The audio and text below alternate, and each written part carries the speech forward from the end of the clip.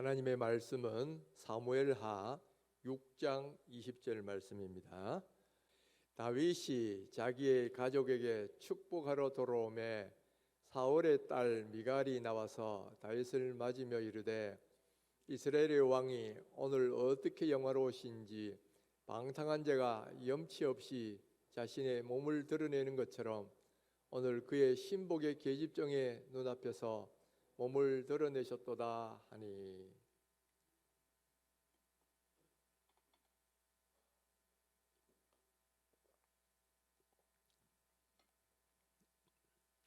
이 코로나가 시작된 지가 벌써 2년이 지다 보니까 이 코로나가 우리의 일상생활을 굉장히 많이 바꿔놨어요. 근데 그 중에 하나가 이혼율에 대한 변화가 일어났다는 겁니다. 지금 이 서양을 비롯한 전 세계적으로 이 이혼율이 급격히 늘어났다는 거예요. 왜 그러니까 봅니까? 이 사람들이 코로나 때문에 집에 같이 있는 시간이 늘어나니까 이 자꾸 싸우게 되더라는 겁니다.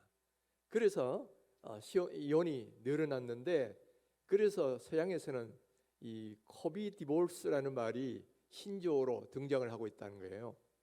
코비 디볼스라는 것은 이 코로나 바이러스를 뜻하는 코비드에다가 이혼이라는 말, 디볼스라는 게 합쳐져서 코로나 이혼이라는 말로 코비 디볼스라는 말이 쓰이고 있다는 거죠. 그런데 놀라운 것은요, 우리나라는 정반대로 되고 있다는 겁니다. 우리나라는 오히려 코로나 때문에 이혼율이 감소하고 있다는 거예요. 지난해 이혼 건수가 10만 6,500건인데 그전 해에 비교하면 4,300건, 이 비율로 하면 4.3%가 오히려 줄었다는 겁니다. 그리고 작년 10월 달을 기준으로 하면 이혼 건수가 7,703건으로 그전 동월과 비교하면 무려 17.6%가 이혼율이 줄었다는 거예요. 왜 세계적으로는 이혼율이 늘어나는데 우리나라는 이혼율이 줄어들까? 이것을 분석한 걸 보니까 참 재밌습니다. 첫 번째는 뭐냐면은 우리나라에는 과거에 일과를 마치면 회식이다, 무슨 모임이다, 밤늦도록 2차, 3차 하면서 막 그냥 술을 진탕 마시고 늦게 돌아가지고 가정 불화의 원인이 됐는데, 코로나가 되다 보니까 그런 모임들이 싹 없어졌다는 거예요. 그래서 일찍 집에 들어와 가지고 가족들과 함께 할 수 있는 시간이 늘어나면서 오히려 이혼율이 줄었다라는 거예요.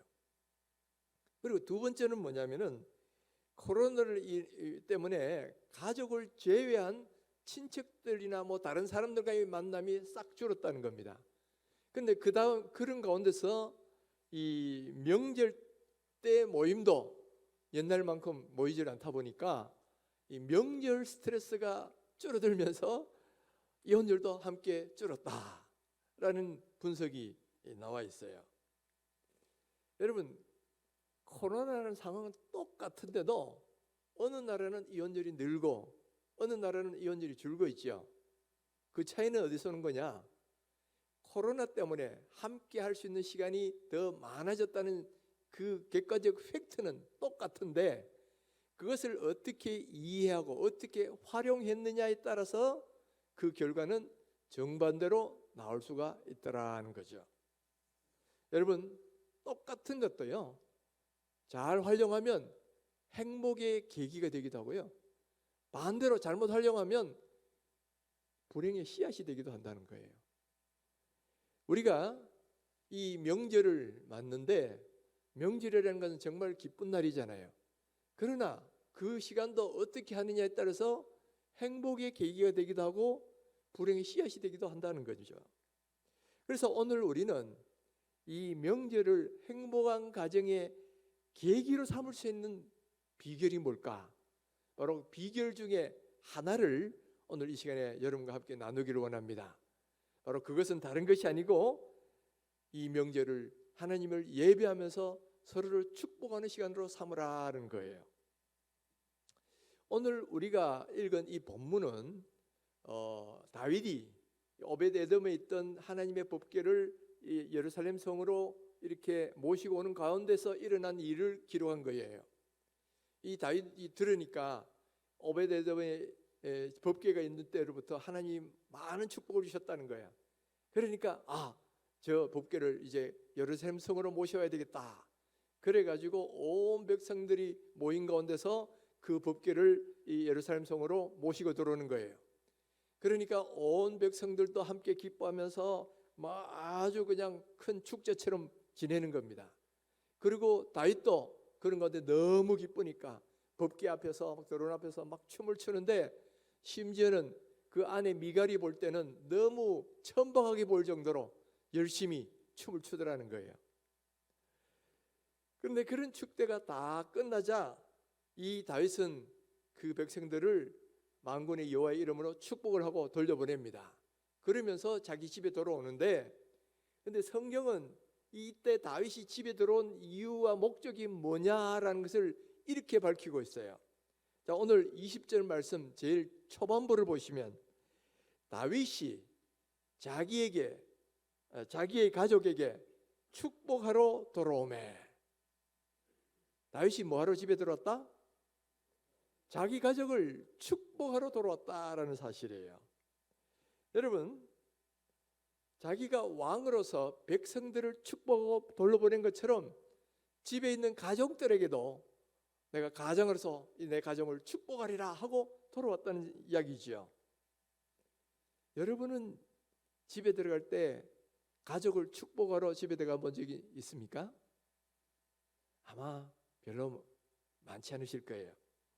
우리가 직장생활 하다가 피곤하니까 쉬러 들어갈 수도 있고요, 배고프니까 밥 먹으러 집에 들어갈 수는 있어요.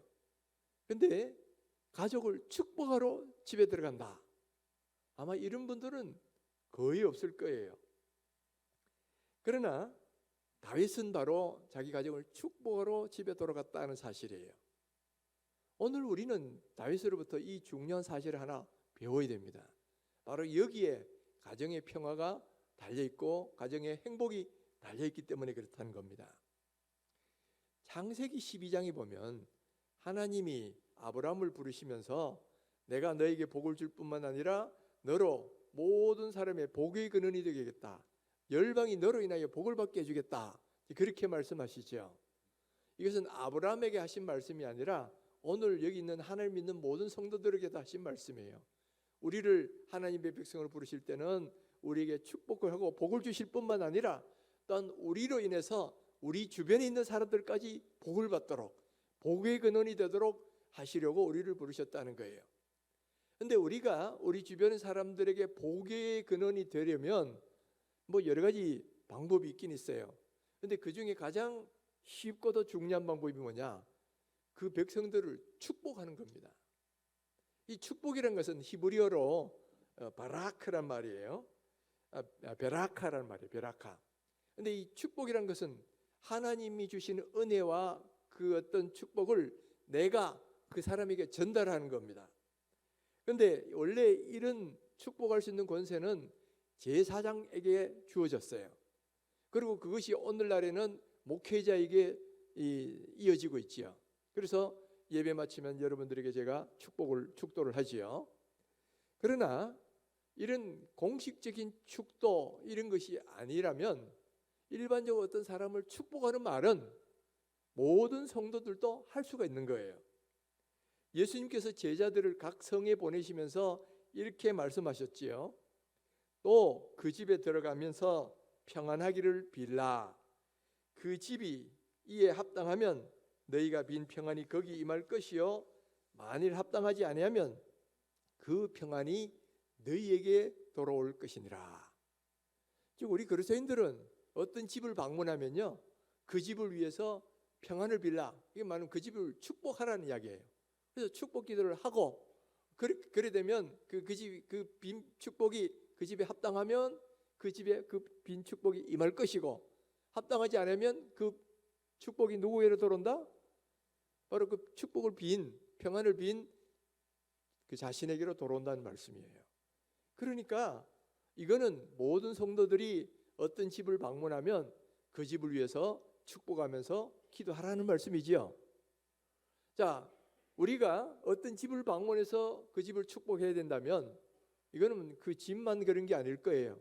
내가 다니는 직장에 들어가면서도 직장을 위해서도 축복할 수가 있는 거죠. 그러면 내가 사는 가정을 위해서는 더욱더 축복할 수 있는 거 아니겠어요? 그러니까 여러분, 내가 그 집에 들어가면서 다른 집안도 위해서 축복하는데 우리 집안을 위해서는 더욱더 축복하면서 기도할 수가 있다는 사실이에요.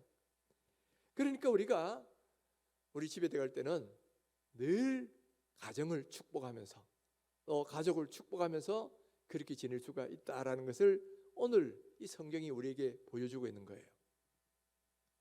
그러면 가족을 축복하라 그러면 누가 누구에게 축복하라는 말이냐? 사실 이거는 모든 가족 구성원들이 다 서로를 축복할 수 있는 거예요. 보통 우리나라 가정은 이렇게 부부와 위로는 부모님, 아래는 자녀, 대부분 이렇게 구성이 되어 있죠. 물론 이 나라와 시기 따라 이 가정의 구성원들이 좀 정의가 달라집니다.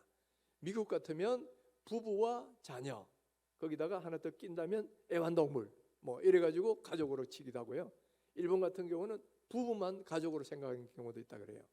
우리나라는 과거에는 대가족 시대가 있을 때는 할머니, 할아버지, 외할머니, 외할아버지, 부모님뿐만 아니라 고모, 삼촌, 뭐 이모, 뭐 외삼촌까지도 어떻게 보면 다 가족이다, 그런 적이 있었는데 우리나라도 이제 서양의 영향을 받다 보니까 이제는 그래도 부부, 위로는 부모님, 밑으로는 자녀, 뭐 여기까지 정도를 가족이라 이렇게 생각을 하지요. 자, 그러면 이렇게 가족 구성원이 그렇게 된다면 모든 사람들이 서로가 서로를 위해서 축복할 수가 있다라는 거예요. 제일 먼저는 부모들은 자녀들을 위해서 축복하라는 겁니다. 성경에서 가장 많이 나오는 축복의 경우가 어떤 경우냐 하면 부모, 특별히 아버지가 자녀를 축복하는 것이 제일 기록이 많이 되어 있습니다. 이 부모는 특별히 자녀를 축복하는 권세도 있고요, 축복해야 될 사명도 있다는 거예요. 노아가 그 아들, 세 아들 가운데 셈과 야벳은 축복을 했죠. 그리고 그 둘째 아들 함의 아들 가나안은 저주를 했어요. 이 부모이면 그렇게 할 수 있는 권세가 있다는 걸 말하고 또 그렇게 하면 그대로 이루어집니다. 또 이삭이 자기 아들 가운데 야곱을 축복한 기록이 나오죠. 그러니까 나중에 그대로 이루어지는 거예요.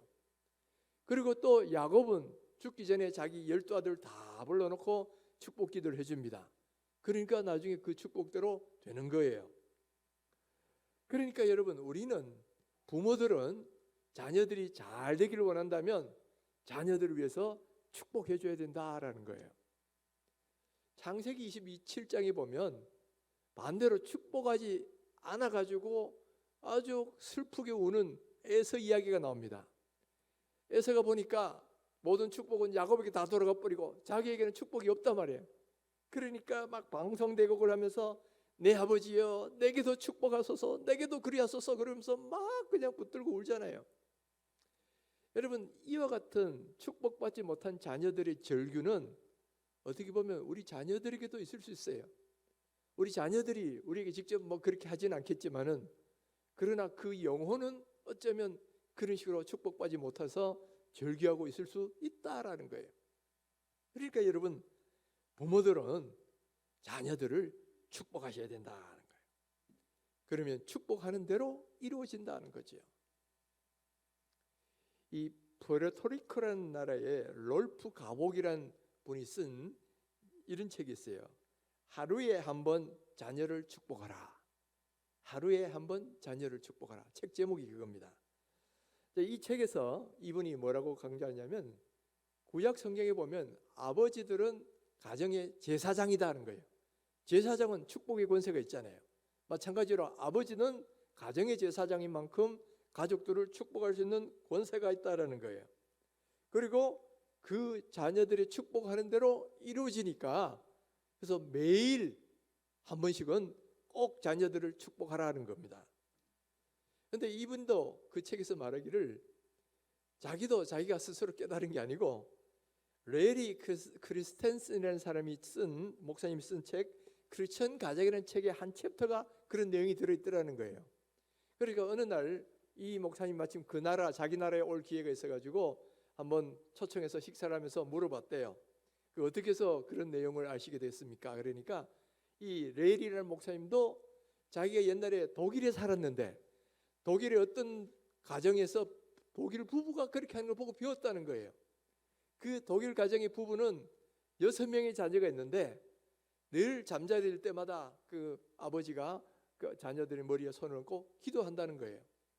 그리고 어쩌다가 늦게 들어가지고 애들이 먼저 잠자리 들어 있으면 들어가서 침실에서 또 머리에 손을 얹으면서 기도하더라는 거예요. 그걸 보면서 자기도 깨달았다는 겁니다. 그래서 나도 4명의 자녀가 있는데 그래서 그다음부터 그 4명의 자녀들에게 축복했노라 그렇게 얘기를 한 거예요. 그 이야기를 듣고 이분이 자기도 그 책을 쓴 거예요. 바로 하루에 한 번 자녀를 축복하라 라는 책도 쓰면서 자기도 이제 아들에게 실천하는 거죠. 그 아들 이름이 칼튼인데 어떻게 축복을 하느냐면은 민수기서 6장에 나오는 제사장이 이 백성들을 축복하는 그 기도문이 축복문이 있어요. 그걸 이용해서 자기 아들의 이름을 붙이는 겁니다. 여호와는 칼튼 너에게 복을 주시고 너를 지키시기를 원하며 여호와는 그 얼굴로 내게 비치사 은혜 베푸시기를 원하며 여호와는 그 얼굴로 내게로 향하여 드사 평강 주시기를 원하노라. 아버지와 아들과 성령의 이름으로 기도합니다. 아멘. 이렇게 기도하기 시작했다는 거예요. 그래서 저도 이 글을 보면서 저도 몇 년 전에 나도 우리 애들 축복해야 되겠다. 그래가지고 우리 아이들 그 머리에 손 얹고 기도할 뿐만 아니고 아이들 방마다 이렇게 기도문을 써붙였어요. 그래서 둘째 아들에게는 이 민수기에서 나오는 제사장의 축복 기도에다가 이름을 넣어가지고 이렇게 했습니다. 여호와는 주성이에게 복을 주시고 주성이를 지키시기를 원하며 여호와는 그 얼굴로 주성이에게 비치사 은혜 베푸시기를 원하며 여호와는 그 얼굴을 주성에게로 향하여 드사 평강 주시기를 원하노라. 그리고 아예 그냥 코팅까지 제가 그 방문에 붙여놨어요. 그리고 또 큰아들에게는 똑같이 하려니까 좀 그렇잖아요. 그래서 이번에는 뭘로 축복하면 좋을까 하다가 창세기 49장에 보면 야곱이 요셉을 축복하는 축복이 나오죠. 우리 복음성가에도 뭐 야곱의 축복이란 너는 담당 너머로 뻗은 나무 뭐 그런 거 있잖아요. 거기에 이용해서 이제 제 아들 이름을 넣은 거예요. 주영이는 무성한 가지 곧 샘 곁에 무성한 가지라 그 가지가 담을 넘었도다. 주영이의 활은 도리어 굳세며 그의 팔은 힘이 있으니 이는 야곱의 전능자 이스라엘의 반석인 목자의 손을 힘입음이라. 이러면서 뒤에 나오는 축복의 말씀이 있잖아요. 거기다 이제 우리 애 이름을 넣어가지고 딱 해가지고 또 역시 코팅해가 방에 딱 갖다 붙여놨어요. 여러분 이런 식으로 우리도 우리 자녀들을 축복할 수가 있다는 거예요. 제일 쉬운 거는 성경에 있는 유명한 축복문 이런 거를 그 자녀들의 이름을 넣어서 갖다가 이렇게 붙이기도 하고 그걸 놓고 읽어주기도 하고 그걸 기도해주기도 하고 그렇게 해도 좋고요. 또 아니면 뭐 평소에 여러분 자녀들을 위해서 하고 싶은 뭐 축복 이렇게 되기를 원하는 게 있으면 다 손을 얹고 축복 기도를 해주는 거예요. 그러면 그것이 그대로 이루어진다라는 거예요. 여러분 오늘날 우리나라 사람들이 자녀에 대한 사랑은 애틋하잖아요. 어쨌든 자녀들 잘되게 하려고 보면 옛날에는 소 팔고 논 팔아가지고 대학 공부시킨다고 보내기도 하고요. 또 요즘에는 우리 자녀들 어떻게든 저기 유학을 해서라도 잘되게 하려고 부모들은 기러기 부모가 돼가지고 떨어져 살면서 어떤 자녀들을 이렇게 공부시키는 그런 가정들도 있어요. 그만큼 자녀들에 대한 애정이 특심한데 근데 사실은 가장 쉽고도 좋은 방법이 있는데 그걸 안 써. 바로 그 가장 좋고 쉬운 방법이 뭐겠어요? 부모가 자녀를 축복하면서 기도해 주는 거예요. 이 방법은 돈도 들지도 않고요. 기러기 부부가 될 이유도 없고요. 가장 쉬운 거예요. 그런데 이걸 우리가 활용하지 못하고 있다는 거예요. 얼마나 안타까운 일입니까? 여러분 자녀들 다 축복받기 원하시죠? 그러면 자녀들을 그렇게 축복하면 되는 거예요. 그래서 여러분 꼭 시간을 내셔가지고요 이렇게 자녀들을 축복하는 기도를 해보셔요. 방금 말씀드린 것처럼 성경에 나오는 좋은 축복문을 가지고 이름을 넣어가 축복하셔도 되고, 아니면 평소에 원하는 거 하기를 원하는 거 그거 다 그냥 기도해 주면 되는 거지요. 제일 먼저 축복하되 제일 먼저 영혼이 잘 되는 걸 위해서 기도해 주셔야 됩니다. 영의 축복보다 더 중요한 축복 없어요. 아무리 좋은 대학 들어가고 아무리 성공하고 돈 벌다 해도 하나님을 믿지 않고 구원받지 못하면 이거는 실패인 거예요. 이건 축복이 아니야. 제일 중요한 거는 예수 믿고 구원받는 거고요. 또 예수 믿고 구원받는 사람이라면 성령 충만해가 하나님을 일을 잘하는 좋은 신앙이 되는 거, 이게 제일 중요한 거죠. 그러니까 그걸 위해서 먼저 축복하면서 기도하셔요. 그러고 나서 그다음 원하는 거 있으면 건강도 축복하시고, 머리 좋아서 공부 잘하는 것도 축복하시고, 뭐 사회적으로도 좀 크게 쓰임 받는 걸 위해서도 축복하시고, 뭐 얼마든지 할 수 있잖아요. 우리가 바로 그런 식으로 자녀들을 위해서 축복하면서 기도해 보라는 거죠. 특별히 여러분 이제 구정 명절이 되면 뭐 이렇게 모여서 가족들이 모일 텐데 제일 먼저 예배를 드리셔야 돼요. 예배 드리면서 그때 한 해를 축복하는 축복 기도로 한번 해보세요. 그러면 한 해가 얼마나 복된 한 해가 되겠습니까? 그렇게 해서 우리 자녀들이 잘 되게 만들 수가 있는 비결이 자녀들을 축복하는 거다는 거예요. 이번에 꼭 한번 해보시기를 주의 이름으로 축원합니다. 그다음 두 번째는 자녀도 부모를 축복할 수가 있어요. 우리는 유교의 영향이 있다 보니까 축복 같은 거는 윗사람이 밑에 사람 하는 걸로만 생각을 하는데 성경을 보면 그렇지를 않아요. 밑에 사람도 윗사람 할 수 있습니다.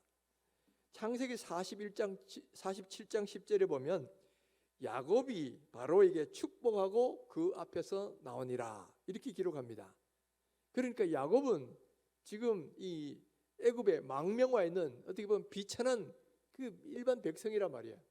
그런 야곱이 하늘과 같은 애굽 왕 바로를 축복하고 나왔다는 거죠. 이 가능하다는 이야기예요. 또 뿐만 아니라 솔로몬 왕이 백성들을 축복하니까 백성들도 왕을 축복했다는 그런 기사가 성경에 또 나와 있어요. 또 잠언 30장 11절에 보면 아비를 저주하며 어미를 축복하지 아니하는 무리가 있느니라. 이 말은 부모를 축복해야 된다는 것을 암시적으로 표현하고 있는 거죠. 그러니까 우리 자녀들도 부모님을 축복할 수가 있다라는 거예요. 여러분 우리 자녀들이 또 부모님이 원하는 거 있잖아요. 부모님이 건강하시면 좋겠다. 또 아직도 뭔가 일을 하고 계신다면 하시는 일이 잘 됐으면 좋겠다. 뭐 그런 거 얼마든지 축복하면서 기도할 수 있어요. 그러나 그보다 더 중요한 건 뭐겠어요? 우리 부모님 예수님 잘 믿고 천국 가시면 좋겠다. 이게 그게 제일 중요한 축복이죠. 바로 그런 내용을 가지고 부모님을 축복할 수 있다라는 거예요. 우리나라에 실제로 있었던 실화가 이런 게 있습니다. 어떤 기업체의 사장이 뭐 기업이란 것은 경기에 따라 막 어려울 때도 있고 좋을 때도 있고 뭐 그러잖아요. 사업이 너무너무 어려워가지고 사업이 어려우니까 힘들으니까 얼굴이 뭐 표현이 다 되잖아요. 지친 모습으로 집에 들어왔어요. 근데 그것을 초등학교 다니는 그 아들이 본 거야. 보니까 아버지가 너무 힘들어하거든. 그러더니만 아버지 잠깐만 좀 기다리세요. 잠깐 나갔다 올게요 하고는 나가더니만 한 1시간쯤 뒤에 다시 들어오는데 보니까 눈이 뻘개가 들어온 거예요. 어디 갔다 왔니? 그러니까 예, 아버지를 위해서 교회 가서 기도하고 왔어요. 우리 아버지 사업 잘 되게 해달라고 기도하고 왔어요. 뭐 이렇게 말하는 거예요. 그러니까 아버지가 보니까 아들이 자기를 위해서 정말 울면서 기도하고 왔다는 그 말을 들으니까 진짜 믿어지더라는 거예요. 그 전까지는 교회를 다니긴 다녔지만은 그냥 형식적으로 다니는 사람들 많잖아요. 근데 이분도 그렇게 다녔는데 자기 아들이 정말 자기를 위해서 기도하고 왔다니까 그 말이 믿어지더라는 거예요. 그래서 그때부터 이 아버지도 믿음 생활 더 열심히 하게 됐고 또 그리고 그 뒤에 정말 아들의 기도대로 하나님이 은혜 베푸셔가지고 사업도 회복되더라는 거예요. 여러분 이렇게 어린 아이가 부모를 위해서 축복하면서 기도하는 기도도 하나님이 받으시더라는 거예요. 얼마든지 기도할 수 있지요. 또 질병을 위해서도 기도할 수 있다는 이야기예요. 제가 5년 전에 처음에 이제 막 쓰러져 가지고 응급실에 갔을 때 병원에서 췌장암이라고 판정을 했어요. 이 강남 성심병원에서 췌장암으로 판정을 했는데 뭐 그러면서 가족을 불러오라더니만 뭐 스티븐 잡스 이야기도 하면서 뭐 이 스티븐 잡스가 이 병으로 죽었다 그러면 막 굉장히 막 겁을 주더라고요. 그래가지고 뭐 처음에는 뭐 아무 그것도 없다가 나중에 뭐 이거 찾아보니까 이게 뭐 생존율이 얼마 안 되고 뭐 그러더라고요. 그때부터 이제 염려가 되기 시작하죠. 그랬는데 그해 연말에 우리 큰애가 그 CCC라는 선교단체를 다녔는데 연말 되면 3일씩 금식 기도하는 시간이 있어요. 거기를 가더니만 자기 동료들하고 같이 나를 위해서 열심히 기도했다는 거예요. 그리고 돌아와서 하는 말이 아빠 걱정하지 마세요. 하나님이 함께 도와주실 거예요. 막 그러더라고. 그러고 나서 얼마 뒤에 병원을 옮겨가지고 다시 검사를 해보니까 그리 심각한 게 아니고 다른 거다. 뭐 이렇게 했는데 뭐 결국 4년 뒤에 제가 다시 수술을 했지만은 그러나 그렇게 그 아들이 기도하는 그게 얼마나 큰 힘이 되는지 몰라요. 이제 나는 이제 이 잘못하면 이제 얼마 있으면 나는 생명이 끝날 수도 있겠구나 생각하는데 아빠를 위해서 막 울면서 3일 동안 금식 기도하고 왔다는 거예요. 그러니까 그 기도가 그게 얼마나 큰 힘이 되고 격려가 되는지 몰라요. 그리고 하나님이 그 기도 들으시고 지금 저를 하여금 이렇게 건강하게 회복되게 만드셨죠. 여러분, 자녀들이 이런 식으로 부모를 위해서도 기도할 수 있다. 아무리 어린아이라도 오히려 어릴수록 하나님이 그 기도 더 잘 듣지 않겠습니까? 그러니까 여러분, 자녀들도 부모님을 위해서 뭔가 기도 원하는 게 있다면 부모님을 위해서 축복하면서 기도해 보시라 하는 거예요. 그러면 그 자녀들의 기도도 하나님 들으시고 축복해 주실 것입니다. 우리 자녀분들 부모님을 위해서도 한번 축복하면서 기도해 보시기를 주의 이름으로 축원합니다. 세 번째는 남편과 아내는 서로를 위해서 축복하며 기도하라는 겁니다. 남편과 아내를 서로 축복하면 분명히 말이 씨가 된다 그랬는데 씨가 되는 정도가 아니라 우리 하나님은 그 축복하는 기도 들으시잖아요. 근데 우리는 반대로 할 때가 너무 많아요.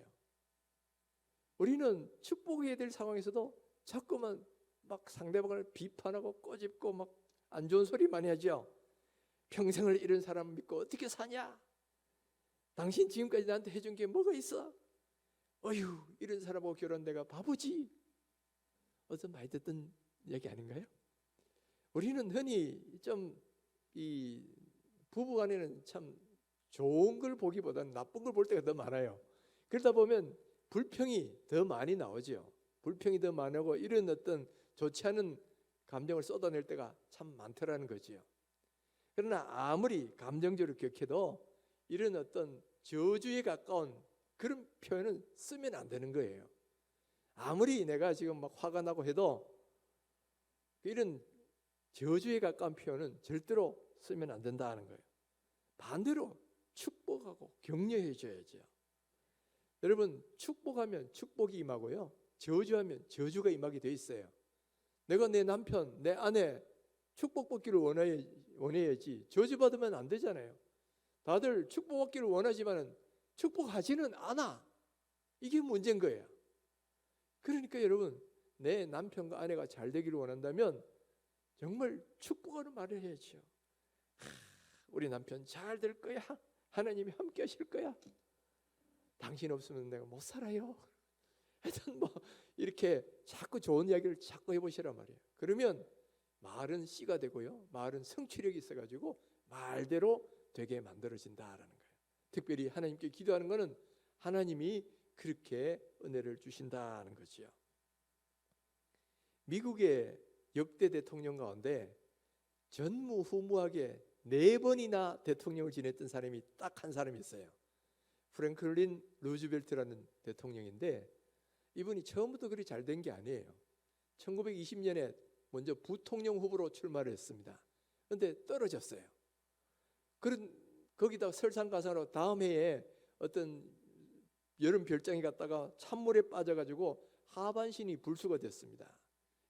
마비가 되고요. 그러니까 철을 다리에 붙이고 휠체어를 몰고 다녀야 되는 그런 상황이 됐어요. 그러니까 이제 모든 사람들이 저 사람은 이제 정치생이면 끝이다 이렇게 했단 말이에요. 루즈벨트도 이제 시리에 빠져 있는데, 그래서 어느 날 자기 부인 엘레나에게 그렇게 물었다는 거예요. 당신, 내가 이렇게 불구자 되었는데도 여전히 나를 사랑하오? 그렇게 물으니까 이 엘레나가 뭐라고 답을 했냐면, 나는 당신의 다리를 사랑한 것이 아니고 당신 전체를 내가 사랑한 거예요. 그러면서 아주 떳떳하게 미소를 지으면서 격려를 줬단 말이에요. 그러니까 이 남편이 그 말에 힘을 얻은 거예요. 그래서 계속해서 도전해가지고 대통령 선거에 나가 대통령으로 당선되고, 또 그리고 마침 불어닥친 세계적인 경제 대공황을 지혜롭게 잘 극복을 해가지고 전무후무하게 네 번이나 국민들이 그를 대통령으로 연속적으로 뽑아줬다는 거예요. 뭐 대통령은 됐다는 것만 아니고 이 엘레나는 자기 남편을 대통령으로 이렇게 잘 하도록 만들었을 뿐만 아니라 그 자신도 많은 존경을 받았어요. 그래서 흑인들로부터도 흑인을 사랑한 백인이다 이런 칭호를 얻었고, 또 미국뿐만 아니라 세계 여러 나라 사람들로부터도 이렇게 존경을 받았다는 거죠. 여러분, 자기 남편을 이렇게 위대한 대통령으로 성공시킬 수 있던 비결은 그 아내의 따뜻한 사랑과 격려의 말이 그렇게 만들었다라는 거예요. 여러분, 여러분의 남편들이 이렇게 잘 되기를 원하세요? 그러면 이렇게 엘레나처럼 한번 축복하고 격려해 보시라는 거죠. 또 우리 아내들이 정말 사랑스럽고 잘 되기를 원하세요? 그러면 우리 남편들도 아내를 이렇게 한번 축복해 보시라는 거예요. 그러면 그 가정이 어찌 사랑이 넘치지 않겠습니까? 말하는 대로 된다. 기도하는 대로 된다. 그러니까 여러분 축복해 보세요. 여러분, 우리 가정은 서로가 서로를 축복하는 그런 가정이 되시기를 주의 이름으로 축원합니다. 부모는 자녀를 위해서 축복해 주시고요, 자녀는 부모를 축복해 주시고요, 또 부부는 서로를 축복하는 그런 가정이 되도록 한번 해보세요. 그러면 첫째는 그 말대로 이루어질 것이고요, 그런 가운데서 믿음도 더 뜨거워지고 사랑도 더 뜨거워지고, 그러면서 가정은 아주 행복한 그런 가정이 될 것입니다.